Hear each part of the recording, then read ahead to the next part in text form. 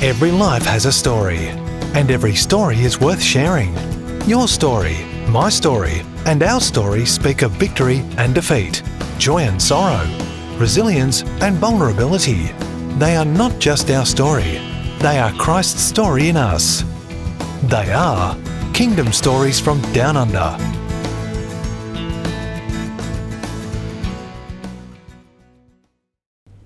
Welcome to Kingdom Stories. My name is Natanael Costea, and it's a joy for me to bring you some beautiful testimonies from Australia, from Down Under. We call it Down Under because the world is a globe and it's round, and Australia is somewhere down beneath. That's why it's from Down Under. But thank God for gravity, we can walk even down under. Well, today my special guest is a good friend of mine with whom I've journeyed for the last maybe 7 or 8 years. I've known Richard from a previous ministry that we partnered with, and I've met him, his beautiful wife, who also did amazing counseling with our ministry, his beautiful daughters, one of them who served as a worship leader, and with Richard we journeyed then at our Bible college where he taught for a number of subjects, and it's just been tremendous. He's been sharing in our church and he's done so many wonderful things in our city. He's the director of Liberty World Missions, international chairman of ACMI, that is the Associated Christian Ministers International, which is a network of around 5,000 pastors throughout Africa and Asia. He's the principal of Liberty Bible College. He's the director of Into Africa Incorporated, which is a ministry that undertakes humanitarian projects in Africa. He's the co-founder and director of Africa Business Community, which is a micro-business ministry that sets up the poor in small businesses in Eastern Africa. He's a lecturer at various Bible colleges, and I mentioned that he taught at the Australian School of Ministry as well. He's a speaker, a mentor, a consultant for various pastors and their churches in Perth, and he's a wonderful friend. Richard, I'm so honoured to have you here at Kingdom Stories from Down Under. Mate, you've got a pretty impressive CV. I didn't know you've done so much, and you've got so many positions and wear so many hats, maybe so many masks today. Welcome. Thank you so much, Nathaniel. It's a pleasure to come and share. It is. Wow. I feel humbled to have you, looking at this. Sometimes I realize that we don't have the awareness of the goal we have around us, and the wonderful people we have around us. And, we coexist with these people, yet we don't realize how much God has deposited into these people. And I think it always seems so much more and better than it actually, you feel it was. That's right. You're only ever doing one thing at a time. Yeah. Like I'm not doing all those things all the time. Well, we can't multitask. We are men, remember? And that's right. And so... but it's amazing, and it's God's grace. If I was to say, what am I going to talk about today in sharing my story, it would be the amazing journey. Yeah. And it's amazing because of the grace. And the beauty is it's not finished. Oh, no. It just carries on. It's Absolutely. Just more and more amazing. I intend to follow my mentor, yes, Pastor Hal Oxley, who just passed away in the last year at 103 years old. So, well, I think we should aim for 120. Yeah, after the flood, that was the norm. Yes. Yeah. I know the psalmist said, 80, 70, 80, but I think we can aim a bit higher than that. Yeah. You're a runner as well, aren't you? Running would now be exaggerating. Jogging would be closer to the story, I think. But I have been a runner of some degree most of my life. Yeah. So that does keep you fit. It will keep you going a lot longer. Yeah. There's a senior gentleman in my neighborhood. I'd say he's in his mid-90s, and he still jogs every morning. Wow. Yeah. And he just does loops very close to his house. Yes. So he won't venture too far away. Yeah. But he keeps doing them, maybe 3-4 Ks, just around the block a few times. Wonderful. And it's phenomenal. Yeah. To me, he's an inspiration. Yeah. Because he's always there. Yeah. And it's habitual, and I thought, what a beautiful legacy he leaves to us if we see it in the neighborhood. Well, we my wife and myself were greatly inspired by Hal Oxley. Okay. And we would go down, this is after he's 100. Yes. Because he would inspire us that chronological age didn't mean anything. And he never stopped right up till the end. He kept writing, mentoring, doing the work of a minister of God, And so we would go and visit him just to receive something of that. Yeah. And, to get the sense that we've still got quite a few years left. That's great.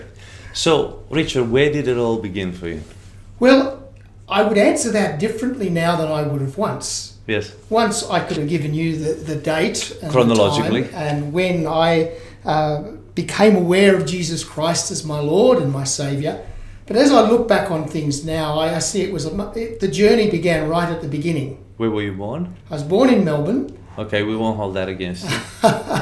Melbourne's a good place. I lived there for 6 years. I loved it. I was right in town. I lived in Richmond. So. Okay, I was born in Richmond. You were born in Richmond? Yes. Well, there you go. We didn't know that. Yeah, so I was born there. I was born into a very musical, artistic family. And both your parents were playing instruments or singing? Well, my mother was an artist. Okay. And everyone played and sang. And my father was a classical musician and a composer. Wow. And of some note. But he was of some note as a musician, but he and my mum broke up pretty early on. And so I was left to live in a home full of the artistic people. And who did you writers. Stay with Mum? Yeah, it was with my mum, my grandmother, my great aunt, and my great uncle. Okay. And my great uncle George, who I'm writing a book about, was an amazing inspiration. And I think it's of any man outside of Jesus who set me as an example of what a man can be and how he should act. It was my Uncle George. So that's when I think God started. And then people would say, what was your Christian background? And I'd say, I didn't really have any. They nominal Christians, maybe. But then I discovered that my father, who wasn't around to share the story, his parents were brigadiers in the Salvation Army. Wow. And I only discovered this many years later and found a photo of them holding me as a little babe. And I have no doubt that they would have prayed over me. So they were wearing uniforms? Wearing uniforms. They were and great soul winners and servants of God in Melbourne. Okay. But for some various reasons, my dad didn't go down that track and I didn't really know. So you never know who's true praying heritage. Or who's impacting you. Yeah. And so you grew up in Melbourne until what age? Till 6. Then my mother married a grazier, a sheep. Did you live in Richmond or? I lived in a place called Middle Park on the bay. Yeah.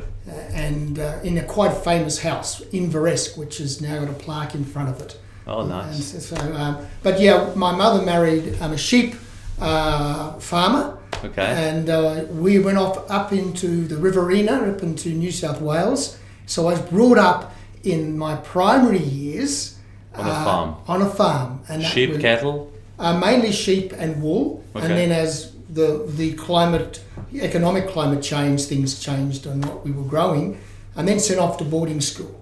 But during all that time, God got involved. Primary school. Primary school.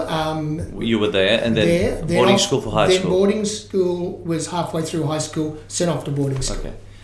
From your early childhood in there, what do you remember most? I think I remember loving being on the farm. Okay. I would look up and see the stars, look at nature. I just loved it. Yeah. And I think that was God speaking to me. Okay. Because my contention is that the journey, he was with me all the way. Sure. I just wasn't with him a lot of the time. In the earlier, I didn't know him, but he was there, and I always had that sense of and wonder of a great God. I just didn't know he was personally interested in me. Also, I can remember, and I don't know the age, but while we were in Middle Park, which is near St Kilda, we were down in St Kilda, and I was listening to a Jesus man who was telling stories to boys and girls. Where? This is in St Kilda Beach, on the beach. It was like someone was there, they had their little podium, flannel graph things up and telling the stories of Jesus. And I don't know what happened to me then, but I loved it. And I went back, running back to my parents and to the other members of the family. Oh, you've got to come and listen to this man. And they said, you have to be careful of some of these people who are getting around. So I wasn't allowed to go back. But something happened. Okay. And then even I went off to a Sunday school without any encouragement at all. And while you were on the farm? While I was on the farm in Mangapla, a place called Mangapla. Yes. And I just went because I just liked to be there. There was something about it. And then it was in boarding school that I came to know you could have a personal relationship with the God I'd been hearing about. But maybe, who knows what I've done as a kid earlier on anyway. Yeah, so this boarding school, was it a Christian boarding school? Well, it was in name, yeah. But there was like a sort of a revival took place. Okay, with much not with the favour of the school actually. Yeah. Some Pentecostals started to impact, and I had a friend who came, shared what had happened to his father, how he had been healed of an incurable back complaint.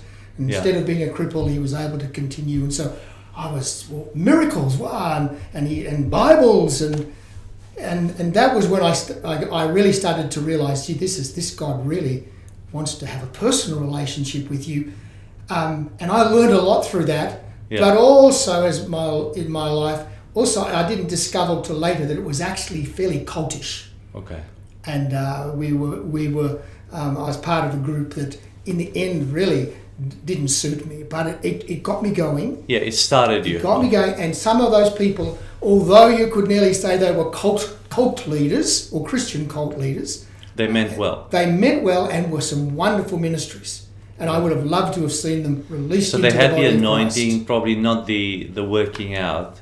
That's right. There was a real, I think it was the area of legalism, that legalistic thing that can sometimes drive people, and that we're it and the others aren't. And I rose up in the ranks there as a youth leader and a young pastor. Oh. But in the end, I was excommunicated because I saw that they were not the body of Christ, but just part of it. Yeah, yeah.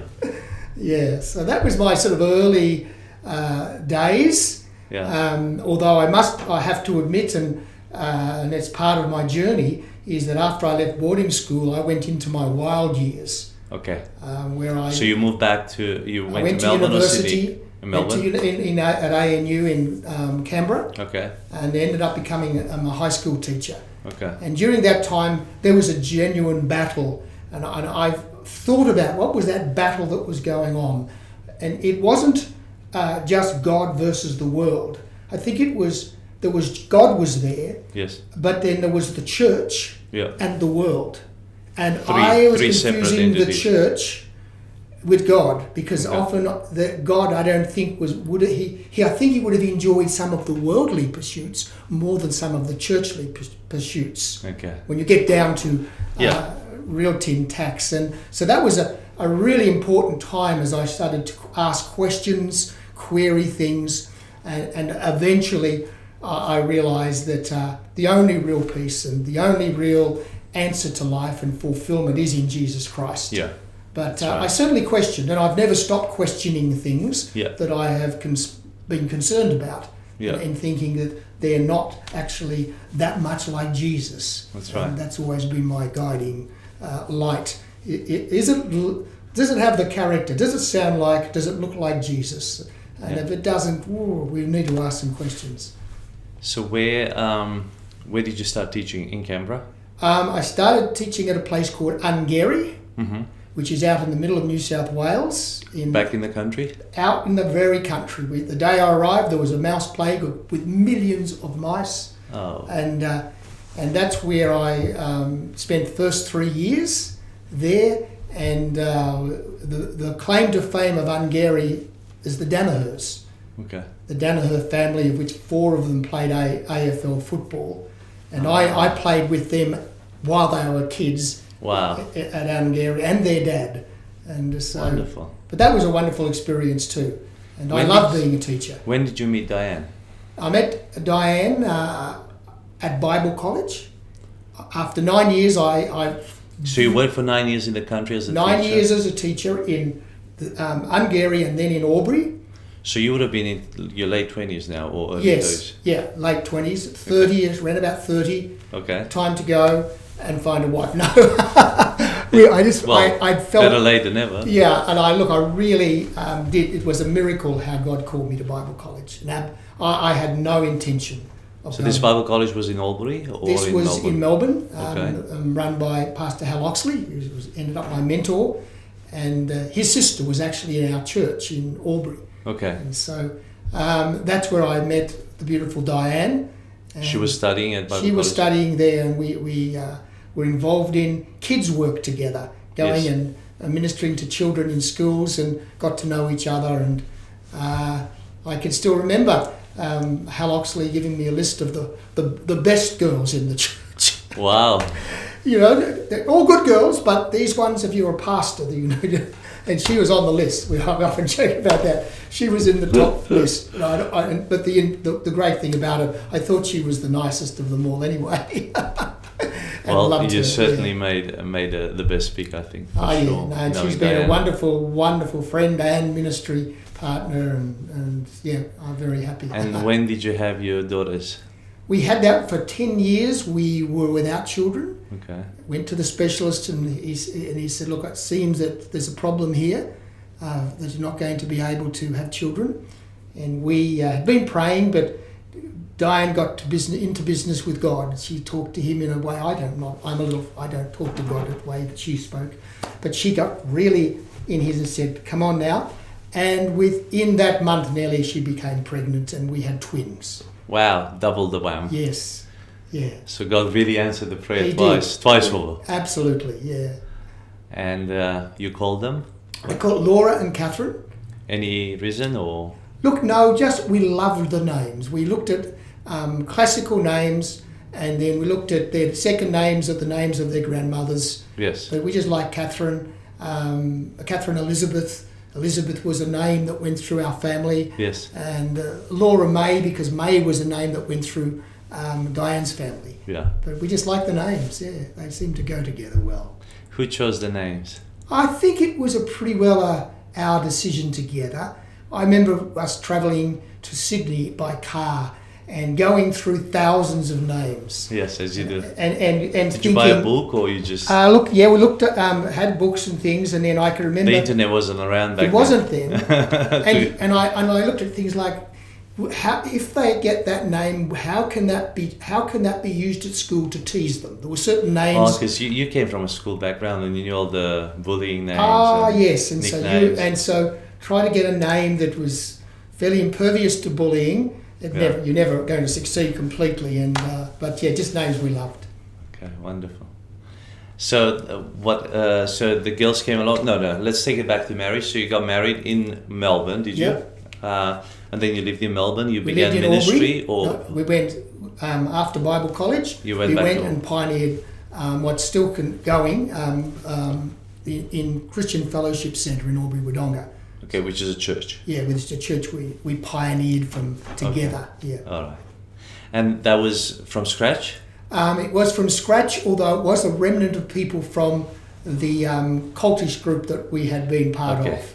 And so they had deemed me a compromiser and reprobate. Yes. And so some of them went off and started their own thing, and we then took the majority went with the way we were now preaching, which was very Jesus-centred. Okay. Yeah. And how long were you there for? We were there for about 10 years in Albury, Wodonga. What's the biggest lesson you learned in that time? The biggest thing is it's not about you, it's about God. I'll explain by that it really is about God and not about us. And God will allow numbers of things to happen so that we get that. We tried, I can remember it seemed like we had 30 people in our church forever. It wasn't. Yes. When you go back to look at the dates. But it seemed forever we were 30 people and just wanting so much, doing everything we could to increase, to get... And I felt God really spoke to me about go out and just enjoy the hills and just relax and do nothing except pray and sing and just turn up on Sundays and preach. And grow Naturally. It was like God saying, now he didn't then give me an excuse to be lazy later on, but it was a lesson. A season of rest. That it is rest, and out of the rest you should work. be able to do it. Yeah, so I think that's probably one of the main ones. Plus we had a few different people come through our church who really impacted it. Cliff and Helen Beard, great pioneers, those sawdust tent type, the old-fashioned. What was your biggest evangelist. challenge in this first 10 years in Albury? I think the biggest challenge, I guess, was we didn't have children. Okay. And so... Was it tougher for you or tougher for Diane? Tougher for Diane, yeah. But every time you go, there's a baby born in the church, you go and have to hold the baby, and it's so wonderful, and yet there's a you celebrate, but there's a gap. Yeah, I think that is... And I think what always is the thing that affects me is what affects my wife or my children. Of course. Is what affects me the most. Yeah. And but praise God, we now have It's an funny understanding of both sides. Yeah, you quietly, you can't even show that you hurt too much either. No. Because she needs your love and comfort, and it's like, honey, I'm suffering just as much. Yes, that's true. Yeah. Your story is a little bit similar to ours. We didn't have children for 11 years. Wow, and we wanted, we loved children, and we were doing kids ministry and doing so many things in the church. And we couldn't have children for 11 years, and no particular medical reason either. Yeah. And eventually, in our 11th or 12th year, I think it was in our 12th year, that we conceived, and naturally. Right. And we lost that baby. Okay. So it was almost 20 weeks when we lost that baby. It was a little girl, and she nearly survived. Wow. She would have been probably 4 weeks away from survival. Wow. So you know, it was, as you said, And we now you know both sides. You know those who don't have children, how difficult it is for them. You also know those who lose children. Well, Diane had 2 miscarriages. Oh, there you go. Afterwards. Afterwards, okay. Yes. But you know, we didn't stop there, even though it hurt. And obviously Raluca hurt a lot during that time. We carried on, and then the Lord gave us a baby girl, Evangeline. So the first one we called Yoshebed, and she's waiting for us. She's in safe deposit. Yeah. And we look forward to seeing her. I'm sure that the Lord is we understand that. looking after her there. And she's in good hands. And then the Lord blessed us with a boy. His name is Isaac. And then with a little girl called Menora. Yeah. And in June we will have another baby girl. Wonderful. So, that's great. Yeah. You know, there's hope. Yeah. And I'm sure your experience is also that way as well. And I think it gives us opportunity to pray for others, particularly when our ministry in Africa, which is probably the fairly extensive part of our ministry.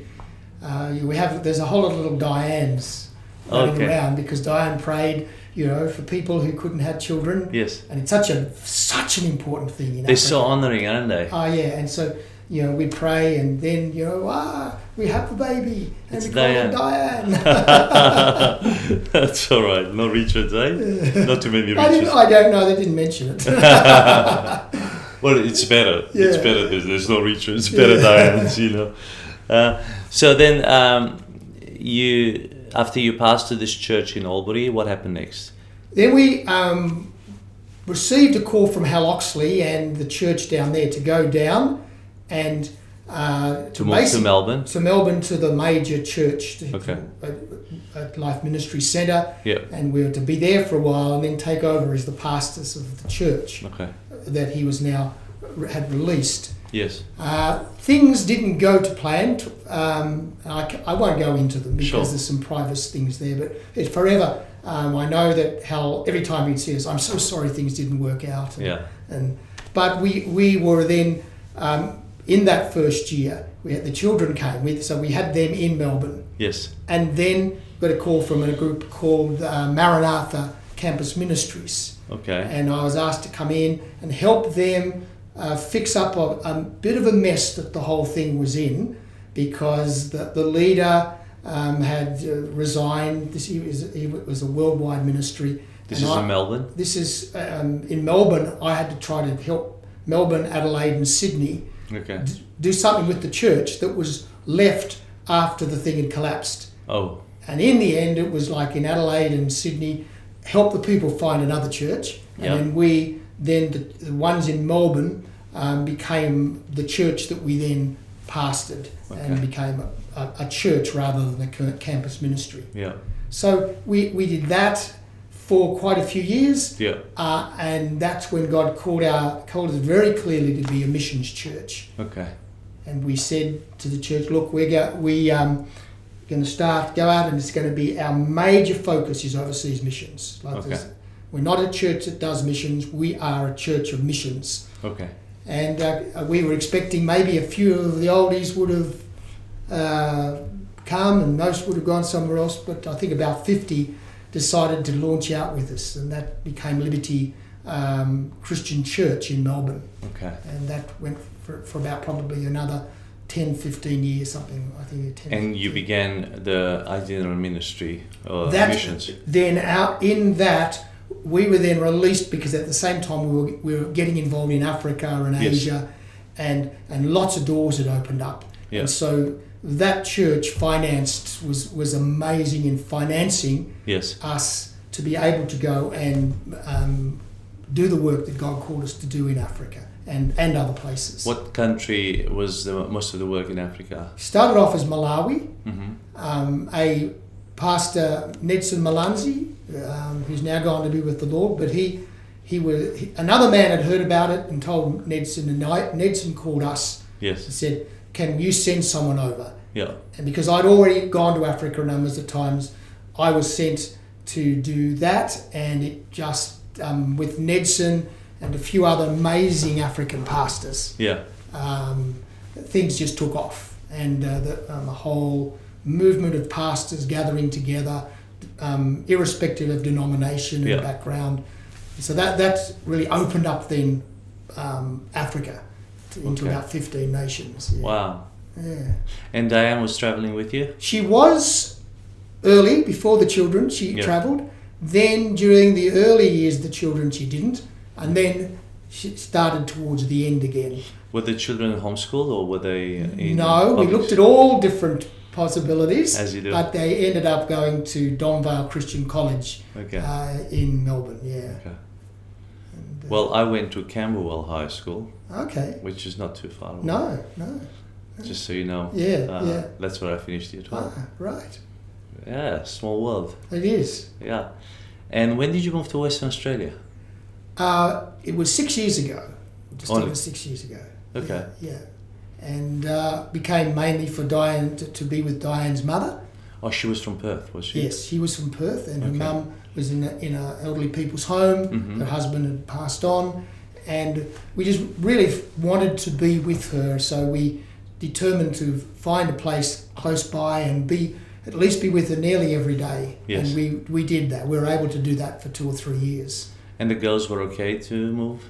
Yeah, we didn't know until the very last moment that they were going to come. It could have, you know. But in the end, they both got... Laura had a job basically the day she arrived. Yes. And Catherine decided to come as well. So, yeah. Wonderful. Yeah. So we loaded up our Subaru all-wheel drive and across the Nullarbor, expecting it to be a lot tougher than it was. It's bitumised. Most people don't realise that. It's actually a nice drive. It is. Yeah.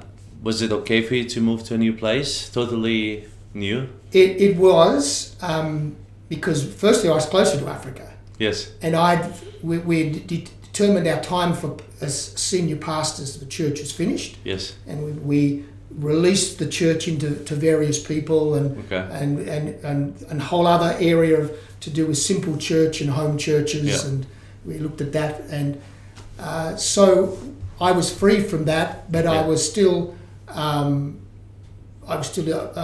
chairman of our denomination in Australia and the international ministry. Handed over the Australian one to a pastor in Melbourne. Yeah. And basically, free to go. Okay. Yeah. It was wonderful. So you passed on the baton?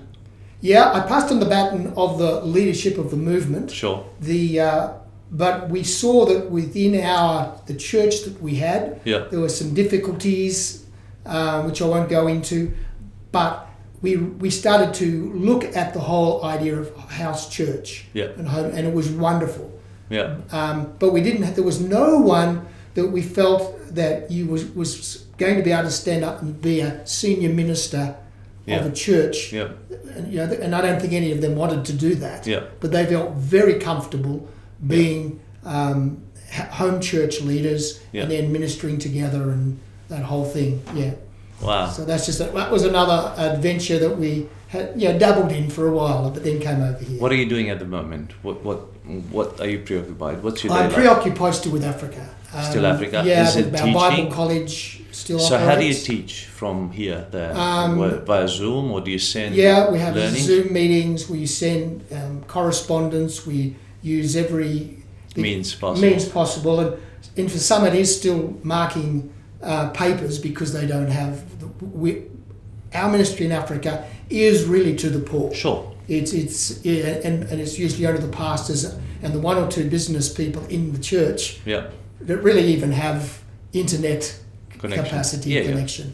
And so we set up some Bible colleges there, and then, so there's been quite a few things set up, but particularly during COVID, I've sort of really felt I needed to get back and help a whole lot of pastors through different means to handle that and to handle what they're facing, which is not just COVID, but often an economy that's falling to pieces, no social welfare. What are we going to do? And so that really has taken my attention. It's survival. And you do some micro loans as well. Yeah, we do, and that had to stop because it was just a matter of keep people alive. But we're just starting back into it now in Kenya. So what are the micro enterprises that they set up there? What can they do with the loans that you provide them? We look at a talent, and so there'll be dressmakers. So you buy them a sewing machine kind of thing? Carpenters, we help get them started. Tools and timber. Chicken farm. And that's the one we're doing in Kenya. To be able to help the street people that went through hell during the COVID thing. Street stalls, little farms, goats, any small business, and some of them have flourished into very successful, and others just enable the kids to go to school and the parents to have something to eat and to have a home. Wonderful. So it's basic things, but what will happen because they've been able to pay back a small loan, then they can get a special loan from someone else if they're business people, if they're successful, if they know what to do. So it opens up a new door for them. Absolutely, and most people, a lender isn't going to lend to someone who hasn't got a proven record. And so we help them to do that with just a pay back 10% flat. Like so, if it's $500, they'll pay back $550. They'll pay back $550. Any stories, a particular story that you can share with us? Oh yeah, family or one lady. She's one of the disabled people that we also support in Zimbabwe. And she, in spite of her being crippled, amazing woman who started a little stall with sweets and vegetables and things, and it grew and grew. And she put it. She knows her stuff. Get position. She found the best position for a little store. Where the high school is there, and the primary school is there, and the parent, and she has been so successful that her husband was able to go and study as a teacher and is now a qualified teacher. And her kids are going to university, and one's going to become a doctor. What does she sell? She sells. You call it a grocery store. But whenever we visit her, he's got just people coming all the time. Another one whose house has become her store. And they've built rooms on the side. Growing. That's another one that just is flourishing, and her husband's been able to get back into carpentry, building things, because they have the finances. Wonderful. So they're two good ones. Coming back here, what's the plan for the next sort of 5 to 10 years for you and Diane? Well, for Diane, counselling. She's a counsellor and Yeah. she trains counsellors. Okay. And so she's really got something happening there. Yeah. I think we want to go back to Africa and to other places where, even in Asia, Yes. and hold workshops and conferences, small conferences, so we can equip people. So a real desire of our heart is to equip people to do the work of the ministry, Yeah. and to help people get into business where they are able to then be self-sufficient. So that's really our heart. Yeah. And other than that is, I think, be a help in the body of Christ where we can, Yeah. and an encouragement and give advice where it's wanted. Yeah. Here in Australia, and particularly in Perth. What's the legacy you'd like to build? I think it would be connected to what's always been my theme, helping people to know who God is, Yes. right? Helping people to know who God is, who they are, Yes. and what they're supposed to do in this life. Okay. And so if there were many people who found out that God is amazingly good Yeah. and loves them and hasn't left them, and I can help them to be what God called them to be, Yeah. and help them to learn the importance of love in life, that would be great. In other words, the more that are out there doing something, Yeah. they may forget my name, but that they'll be still in heaven. There'll be numbers of people out there doing what God called them to do, and helping people understand how great God is. Wonderful. Yeah. Well, I'm sure you will leave a wonderful legacy for many generations to come. I feel honored to have traveled and journeyed with you for the last 6 years, since probably I've known you from the moment you kind of came to Western Australia. Yes. Yep. It's just beautiful that I know, your family, and in fact, your daughter, she will be here in a couple of weeks. Okay. Worshiping. Yes. She accepted the challenge to come every couple of months and Okay, worship with great. us and lead us. Her voice is just wonderful, and all that investment that you've poured into her, and not just that, but also the talent that she was born with, I think, from your part of the family as well. And both sides, singers. Creative. Very artistic, and I missed out on the voice one. Yeah, that's all right. Well, God's given you a... And also, Nathaniel, thank you. One of the things when we did arrive Yes.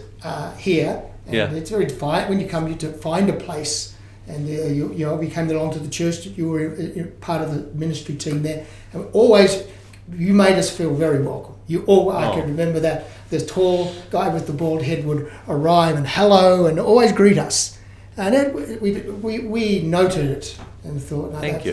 That made us feel it easier to become part of a new city where we had just... Well, I admired you guys, because I knew you guys, you were heavyweights, and you were humbly just doing, your service to the community in a subtle way. And, I think God gives us that awareness to honor those people who do the work in the trenches, really. Yeah. And there's no greater or more difficult trench than to either pastor a local church or to go in the missions firsthand. Yeah. Either job is difficult, and you've done both. Yeah. So it's beautiful, and I'm excited for what's coming. I'm going to me watch too. this space. I'm going to 'Cause watch this space. I don't know. That's we never know what's going to happen. We could never write the book about the future. Yeah. It's always different than we think it's going to be. Yeah, and I can't wait to read the book about your uncle. I look forward to that. I as well. will. I'll one day I'll finish it. Yeah, I you need will. people like you to say, how's that book going? Well, now I'm going to hold you accountable. Well, thank you so much for joining us. You've had a beautiful story of encouragement from the life of Richard Kerridge. Also, we were encouraged to get to know God more. And when we get to know God more, we find our identity. And when we find our identity, we also find our mission and life assignment. And then we can go about doing it. What a beautiful legacy. What a beautiful encouragement for us to step into everything that God has prepared for us. All the good works that He has prepared for us are there for us just to walk in them. So I pray that you step into these and you join us for future episodes of Kingdom Stories. If you love this content, please share it with other people. Rate us or wherever you're consuming this content. We love 5 stars, by the way. And just spread the good news. And if you have any feedback, any comments, if you'd like to connect with Richard, we will put some links in the comments there so you can connect with us and we can connect you with Richard. Thank you for watching, and we look forward to seeing you again soon. Bless you. Thank you for joining us on Kingdom Stories from Down Under. We'd love it if you would subscribe, rate, and share these stories with your wider community. And remember, every story is worth sharing, including yours.